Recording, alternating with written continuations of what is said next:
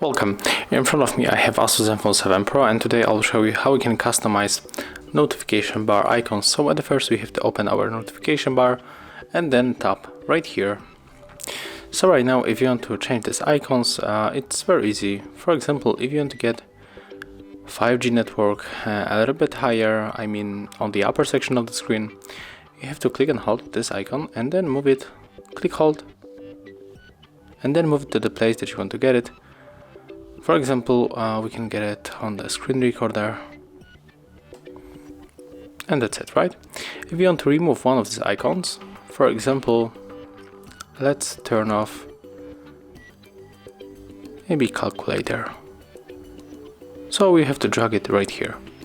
And if you want to add one of these additional icons, for example, we are going to use auto synchronize, click, hold, and then put it right here.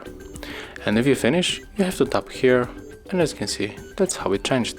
Thank you guys for watching. Leave thumbs ups, comments, and subscribe to our channel.